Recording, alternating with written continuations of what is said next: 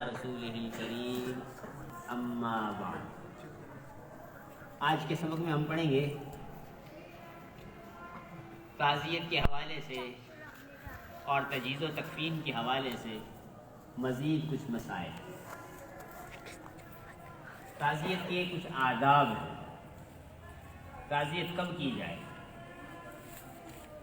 بہتر ہے کہ تدفین کے بعد کی جائے، لیکن اگر لواحقین پر غم بہت زیادہ ہے اور جزا فضا میں مبتلا ہیں تو تدفین سے پہلے ہی تعزیت کرنا بہتر ہے۔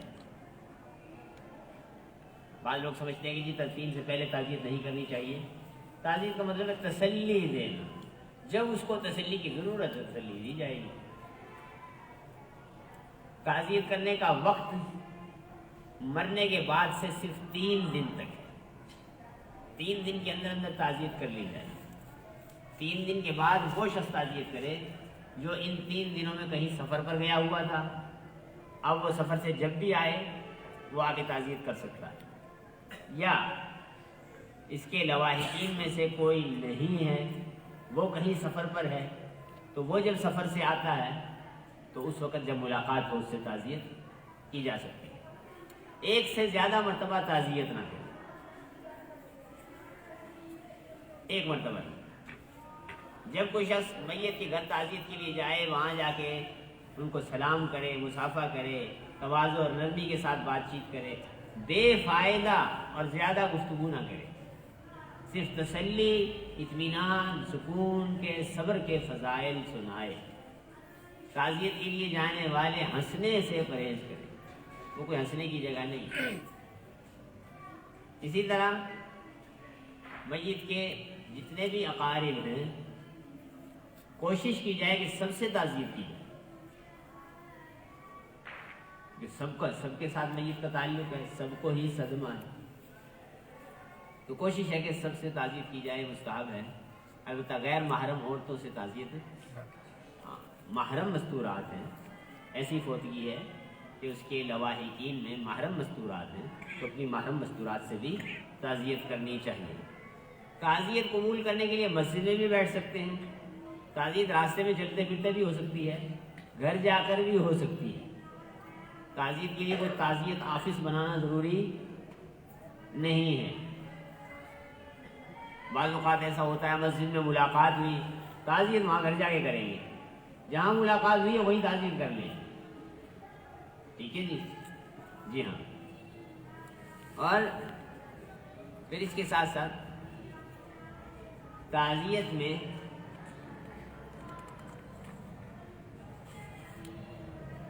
تسلی دینا مقصود ہے، تو اس کے لیے کوئی الفاظ مخصوص نہیں ہے۔ جن الفاظ کے ساتھ بھی میت کو تسلی ہو سکے، جس انداز سے بھی ہو سکے، اسے ویسے تسلی دی جائے۔ اسی طرح مستحب ہے کہ میت کے گھر کھانا بھیجا جائے۔ میت کے گھر کون بھیجے گی کھانا؟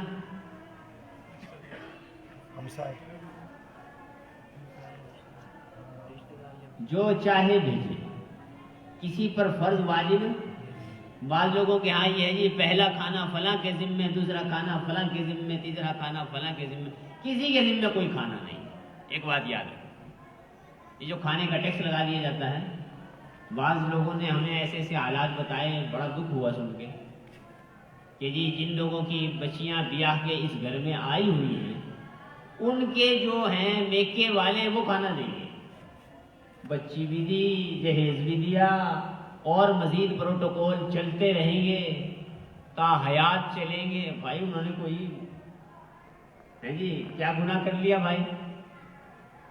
کسی کے ذمہ واجب نہیں ہے، کوئی نہ دے تو ملامت نہیں کی جائے گی، مستحب ہے، جس کو تعلق ہے جو چاہے بھیجے، بدلے کی نیت نہ ہو۔ انما نطعمکم لوجہ اللہ، ہم تمہیں اللہ کی رضا کے لیے کھلاتے ہیں۔ جو چاہے بھیجے، جس کے سامنے ہیں حالات کہ یہ میت ہے، اس کے گھر والے ہیں، کھانا بھی ان کے اصل میں گھر والوں کے لیے بھیجنا، کیونکہ وہ صدمے سے 2-4 ہیں، ان کے لیے کھانا بھیجنا۔ ان کے لیے کھانا وہاں جا کے کھلایا جائے، انہیں وہاں سے ہٹا کے کسی دوسری جگہ لے جا کے کھلایا جائے۔ اللہ کے نبی صلی اللہ علیہ وسلم نے حضرت جعفر رضی اللہ تعالیٰ عنہ جب شہید ہوئے تھے تو ان کے گھر والوں کے لیے کھانا تیار کرنے کا اپنے گھر والوں کو حکم دیا تھا۔ حضرت جعفر رضی اللہ عنہ کون تھے؟ حضور پاک علیہ السلام کے چچا زاد بھائی، آپ صلی اللہ علیہ وسلم کے۔ وہاں سے یہ عمل شروع ہوا، تو اس میں کسی کے ذمہ لاگو نہیں ہے، ہم اس چیز کو ختم کریں، ہم اس چیز کو۔ اور بعض لوگ کہتے ہیں جی 3 دن تک بھیجو، اتنے دن تک بھیجو، میت والے دن بھیجنا مستحب ہے، اس کے بعد وہ چاہیں قبول کریں چاہیں نہ کریں۔ بعض لوگ کہتے ہیں جی میت والے گھر میں چولہا نہیں جلنا چاہیے، ایسی کوئی بات، ہاں یہ پتہ نہیں کہاں سے گڑ گڑا کے بات چل پڑی ہے، 3 دن تک چولہا نہیں جلنا چاہیے۔ ان کے گھر میں چاہے چھوٹے چھوٹے بچے بھوک سے بلبلا رہے ہوں، ان کو دودھ کی ضرورت ہے، اور جی چولہا جلنا منع ہو گیا ہے جی، اب وہ بیچارے ہاتھ باندھ کے بیٹھے ہیں کہیں سے کچھ آئے، ایسی کوئی بات۔ کھانا بھیجنے سے مقصود کیا ہے؟ اللہ کے نبی نے فرمایا کہ آل جعفر کے لیے کھانا تیار کرو، اس لیے کہ آج ان پر بڑا سخت وقت آیا ہے، یعنی وہ صدمے کا شکار ہیں۔ اب ایک صدمہ ہے، دوسرا بھوکے رہنے کی وجہ سے مزید کمزوری بھی ہو جائے گی، وہ اپنے کھانے پینے سے غافل ہیں، ان کے کھانے کی فکر کی جائے، ان کے کھانے پینے کی۔ تو اس لیے اگر وہ میت والے کسی کا کھانا قبول کر لیتے ہیں تو جی بسم اللہ، اگر کھانا قبول نہیں بھی کرتے تو ان پر بھی کوئی الزام نہ دیا جائے کہ آپ نے کھانا ہی قبول نہیں کیا، اور جو کھانا کھلائے بدلے کی نیت نہ ہو، دکھاوے کی نیت نہ ہو، اللہ سے اجر و ثواب لینے کی نیت، اللہ سے اجر و ثواب لینے کی نیت۔ اور اگر میت والے کھانا قبول نہ کریں تو اس میں ان پر کوئی الزام نہیں ہے، اگر وہ استغنا کا اظہار کرتے ہیں تو کوئی ایسی بات نہیں۔ ہاں دوسرے لوگوں کو ان کے گھر کا کھانا نہیں کھانا چاہیے، دوسرے لوگوں کو ان کے گھر کا کھانا، ایک تو ان پر یہ صدمہ آیا، اب دوسرا وہ کیا کریں بھائی، آنے والے مہمانوں کی خدمت میں لگ جائیں، تو ان پر اس چیز کا بوجھ نہیں ڈالنا چاہیے، ان پر اس چیز کا بوجھ نہیں ڈالنا چاہیے۔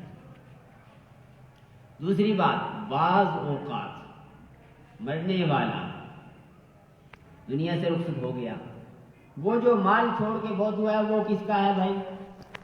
وہ ورثہ کا ہے۔ مثلا گھر کا سربراہ فوت ہو گیا، اب وہ جو کچھ گھر میں چھوڑ کے فوت ہوا ہے، گھر میں چاہے راشن چھوڑ کے فوت ہوا ہے، پیسے چھوڑ کے فوت ہوا ہے، وہ ورثہ کا حق ہے، ورثہ کی اجازت کے بغیر کسی کو کوئی استعمال کرنے کا حق نہیں ہے۔ اور اگر ورثہ میں سارے ورثہ متفق ہو گئے تو ٹھیک ہے، اکرام کیے جانے والے مہمانوں کا، لیکن ایک وارث نابالغ ہے، پھر بھی آنے والوں کے لیے اس کا کھانا جائز نہیں ہے، اور نابالغ کی اجازت بھی معتبر نہیں ہے، نابالغ کا ہدیہ بھی معتبر نہیں ہے۔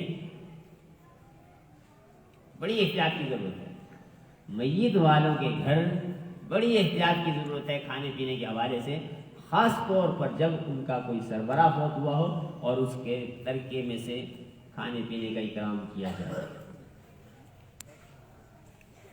تو اس لیے بہت زیادہ احتیاط کی ضرورت ہے۔ تو ان کے ساتھ جس قدر ہو سکے صلہ رحمی، اور ان کے ساتھ ان کی تسلی کے لیے اور ان کی دلجوئی کے لیے جو کر سکتے ہیں وہ کرنا چاہیے۔ اسی طرح پھر اگلی چیز، تجہیز و تکفین کے مصارف کس کے ذمہ ہے بھائی؟ کفن کا خرچہ کس کے ذمہ ہے؟ کہتے ہیں جو گھر میں بہویں آئی ہوئی ہیں انہیں کے میکے والوں کے ذمہ ہے کفن بھی، بعض برادریوں میں یہ چیز بھی ہے، کفن بھی کسی کے ذمہ نہیں ہے۔ یاد رکھنے کی بات ہے، کفن بھی کسی کے ذمہ، کفن کہاں سے دینا ہے؟ جو آدمی فوت ہوا ہے اس کی ترکے میں سے، اس کے ترکے میں سے، اس کی کمائی میں سے کفن دیا جائے۔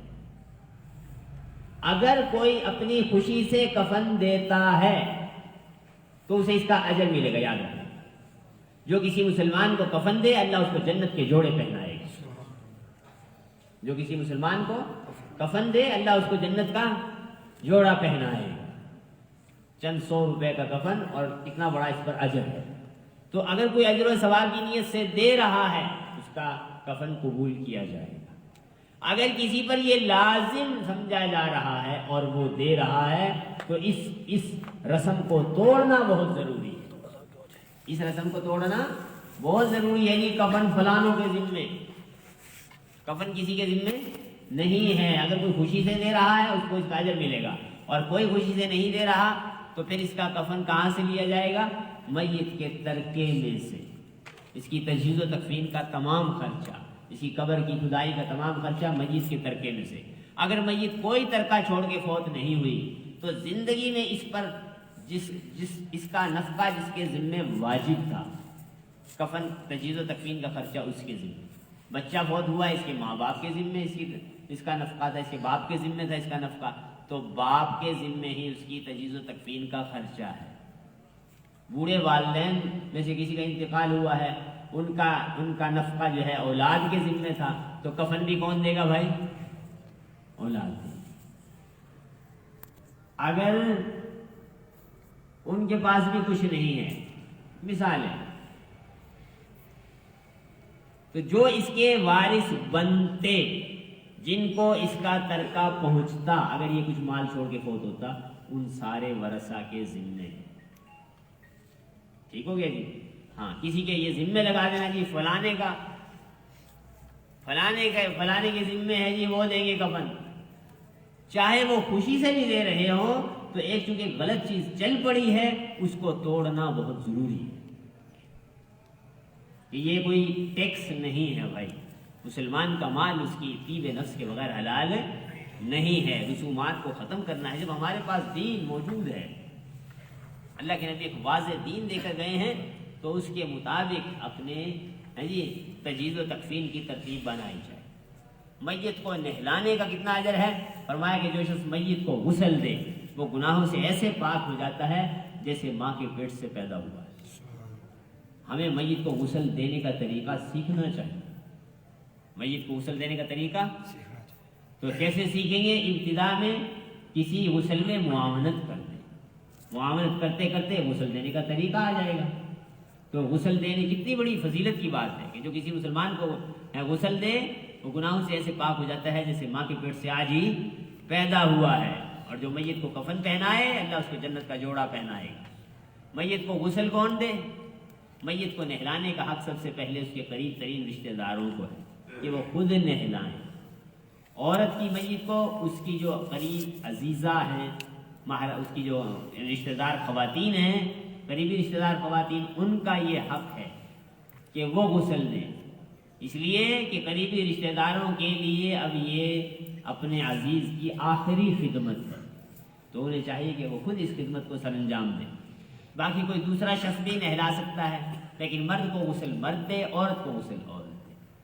اور کسی کو اجرت دے کر بھی, اگر کوئی غسل دینے کے لیے تیار نہیں ہے, کسی کو اجرت پر غسل کے لیے لایا جا رہا ہے, تو اجرت پر بھی لانا ٹھیک ہے, اور غسل دینے والے کا غسل کی اجرت لینا بھی جائز ہے. یہ اجرت کہاں سے لی جائے گی؟ میت کے مال میں سے. اسی طرح کسی کا خامن فوت ہو گیا تو بیوی اس کا چہرہ بھی دیکھ سکتی ہے, اس کو چھو بھی سکتی ہے, اور بیوی اس کو نہلا بھی سکتی ہے, اس کو کفنا بھی سکتی ہے. لیکن اگر بیوی فوت ہو گئی تو خامن صرف اس کو دیکھ سکتا ہے, اسے چھو نہیں سکتا. اسے چھو نہیں, اس کے جسم کو ہاتھ نہیں لگا سکتا, دیکھ سکتا ہے. کپڑے کے اوپر سے ہاتھ لگانا جائز ہے, جنازہ اٹھانا بھی جائز ہے. جنازہ اٹھانا بھی, اور جب کپڑے کے اوپر سے ہاتھ لگانا جائز ہے تو ظاہر ہے قبر کے اندر اتارنا بھی جائز ہے. ٹھیک ہو گیا جی؟ غسل دینے والوں کے لیے کچھ ہدایات ہیں کہ غسل دینے والا باوضو غسل دے تو بہتر ہے, اور جو شخص جنابت کی حالت میں ہے وہ غسل نہ دے. اور اسی طرح عورت کو وہ عورت غسل نہ دے جو حیض کی حالت میں ہے یا نفاس کی حالت میں. اسی طرح غسل دینے کے لیے بیری کے پتے ڈال کر پانی کو گرم کیا جائے، نیم گرم پانی سے غسل دیا جائے، بہت زیادہ تیز گرم پانی سے غسل نہ دیا جائے۔ غسل کے لیے گھر کے برتن استعمال ہوں گے، نئے برتن خریدنا کوئی ضروری نہیں ہے۔ میت کے بالوں میں نہ کنگھی کی جائے، نہ ناخن کاٹے جائیں، نہ بال تراشے جائیں۔ نہلانے میں میت کا کوئی عیب نظر آئے، کسی بھی قسم کا کوئی عیب، تو اسے چھپانا چاہیے، اسے چھپانا چاہیے۔ مثلا خدا نخواستہ کسی کا چہرہ سیاہ ہو گیا تو ایسے کسی عیب کا اظہار نہیں کرنا چاہیے۔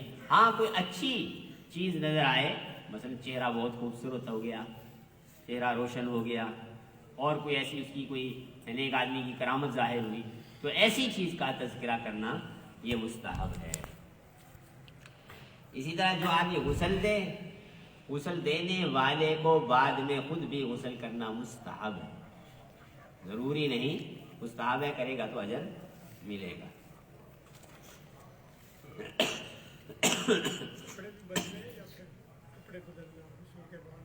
نہیں، بدلنا ضروری نہیں ہے، تبدیل کر لے تو مرضی ہے، اگر کپڑے اس کے پاک رہے ہیں، کوئی چھینٹے وغیرہ کوئی ایسی چیز۔ کفن کیسا دیا جائے؟ جیسا لباس زندگی میں پہنتا رہا ہے ویسا ہی کفن دیا جائے، بہت زیادہ قیمتی کفن دینے کی ضرورت نہیں ہے۔ نیا کپڑا بھی کفن میں دیا جا سکتا ہے، اور گھر میں رکھا ہوا کپڑا بھی کفن میں دیا جا سکتا ہے۔ بعض لوگ کفن کا کپڑا پہلے سے تیار کر کے رکھتے ہیں، زمزم میں بھگو کے رکھتے ہیں، تو اس میں بھی کوئی مذائقہ نہیں ہے، بلکہ باعث برکت ہے۔ اسی طرح سفید لباس اللہ کے نبی نے پسند کیا ہے، زندوں کے لیے بھی اور مردوں کے لیے بھی، اور استعمال شدہ کپڑے کا بھی کفن دینا جائز ہے۔ اپنے لیے پہلے سے کفن تیار رکھنا یہ جائز ہے، لیکن پہلے سے قبر کا تیار رکھنا یہ مکروہ ہے، پسندیدہ نہیں۔ کفن میں یا قبر کے اندر کچھ لوگ کسی بزرگ کا شجرہ نسب رکھ دیتے ہیں، کچھ عہد نامہ رکھ دیتے ہیں، کچھ قرآنی آیات رکھ دیتے ہیں، یہ کچھ کوئی دعائیں رکھ دیتے ہیں، یہ رکھنا درست نہیں ہے۔ یہ تو اگر وہ قرآنی آیات ہیں، دعائیں ہیں، تو ان کی بے ادبی اور بے حرمتی ہے۔ میت کو اس سے کوئی فائدہ، میت کو کوئی فائدہ نہیں، ان آیات کی، ان دعاؤں کی بے حرمتی ہو رہی ہے، اور جو چیز شریعت سے ثابت نہیں ہے اس کو نہیں کرنا چاہیے، اس کو نہیں کرنا چاہیے۔ اسی طرح بعض لوگ جی کلمہ لکھ دو، جی کفن کے اوپر لکھ دو، روشنائی سے لکھ دو، یا انگلی سے لکھ دو، سینے پر لکھ دو، اس کا بھی کوئی فائدہ نہیں ہے۔ فائدہ اس کا ہے جو اس نے عمل کر لیا، یا فائدہ اس کا ہے جو آپ حضرات نے اپنی زبان سے اسے عمل پڑھ کے ایثار ثواب کر لیا، تو ایسا بھی نہیں کرنا چاہیے۔ جو بچہ زندہ پیدا ہوا پھر تھوڑی ہی دیر میں مر گیا، یا فوراً پیدا ہونے کے بعد مر گیا، تو اسے بھی اسی طرح غسل دیا جائے گا، کفن دیا جائے گا، نماز جنازہ بھی پڑھی جائے گی، تدفین کی جائے گی، اس کا نام بھی رکھا جائے گا، نام بھی رکھا جائے گا۔ جو بچہ ماں کے پیٹ سے مرا ہوا پیدا ہوا اور پیدا ہوتے وقت زندگی کی کوئی علامت اس میں نہیں تھی، مردہ ہی پیدا ہوا، اس کو بھی اسی طرح نہلاؤ، لیکن قاعدے کے موافق کفن نہ دو، بلکہ کسی ایک کپڑے میں لپیٹ کر دفن کر دو۔ مردہ پیدا ہوا، اس پر نماز جنازہ بھی نہیں پڑھی جائے گی، البتہ نام اس کا بھی کچھ نہ کچھ رکھ دینا چاہیے۔ ٹھیک ہو گیا جی؟ بات مسئلہ واضح ہو گیا؟ تجہیز و تکفین سے جو بچا ہوا سامان ہے وہ کسی کو دے دینا چاہیے، اپنے استعمال میں لے آئیں، لیکن اس کو ضائع کرنا درست نہیں ہے۔ جی یہ صابن سے جی میت کو غسل دیا گیا تھا، اور وہ صابن کوئی ناپاک ہو گئی ہے بھائی، ہے جی۔ میت کے کپڑے دیکھو نا، میت کی قیمتی چیز تو رکھیں گے سنبھال کے۔ میت 10,000 والا، 20,000 والا، 30,000 والا موبائل چھوڑ کے بہت ہوا ہے، اس پر تو کریں گے قبضہ۔ اور میت کے جو پرانے کپڑے ہیں، نہیں، یہ کسی مدرسے میں دے دو، یہ کسی غریب کو دے دو، یہ کسی فقیر کو دے دو۔ کیوں بھائی؟ یا تو اگر ایسی ہی وہ میت کے ساتھ چیزیں رہنے سے ان میں کوئی نحوست آ گئی ہے، یا وہ جو ہے کوئی ایسا ہی مسئلہ بن گیا ہے، تو پھر سب سے پہلے تو اس کی قیمتی چیزیں دی جائیں، اس لیے کہ اس میں اثرات زیادہ ہیں، میت کو اس سے محبت زیادہ تھی، ہے جی میت کو ان قیمتی چیزوں سے محبت زیادہ تھی، اس میں اثرات زیادہ ہیں، تو سب سے پہلے تو جلدی ایسی چیزیں غربا میں تقسیم کر دیں گے۔ ہم کیا کرتے ہیں، قیمتی چیزیں تو قبضے میں کرو، یہ جی میت کی بچی صابن ہے، اس کو جلدی کسی کو دے دو، یہ میت کے پرانے کپڑے ہیں، یہ کسی کو دے دو، یہ دے دو، وہ دے دو۔ کسی چیز میں کسی قسم کی کوئی نحوست نہیں ہے، کوئی اس کے بارے میں وہم نہ کیا جائے، ہے جی ساری چیزیں ترکہ ہیں، اور ان میں سے کسی بھی چیز کو ضائع بھی نہیں کرنا چاہیے کہ وہ نعمت ہے۔ کیا ہے بھائی؟ نعمت ہے، اسے استعمال کرنا چاہیے۔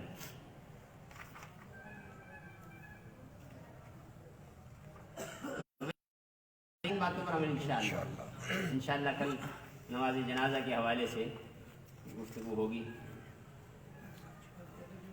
ہاں کل شب جمعہ ہے، انشاءاللہ پرسوں کی نشست میں